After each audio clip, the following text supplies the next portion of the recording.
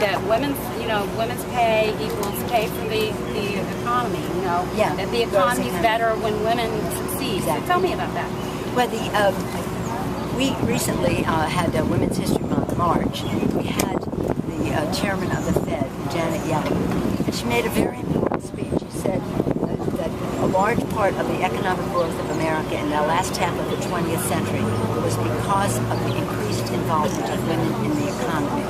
We know that that is true. We also know that other countries, the Prime Minister of Japan went and spoke at Davos, and they asked him, how are you going to turn the Japanese economy around? He said, by the increased involvement of women in the economy. The president of Colombia came to our office to talk about how they were going to grow their economy. We said, what is your secret? He said, it's no secret. It's women in the economy. So this is a fact. When women succeed, America succeeds. And it's the actual jolt that our economy needs to break forth so that we have an economy that is not only job creating, but good job creating. The unemployment rate in Columbus is very low. But what the mayor was telling me is that we need to have better paying jobs, and that is the story across America.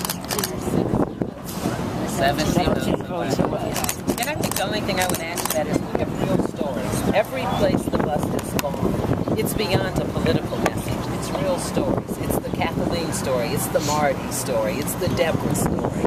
Because it makes a difference, as you heard here today. Someone who didn't always have an income. Someone who was dependent on the system because she didn't have enough for child care.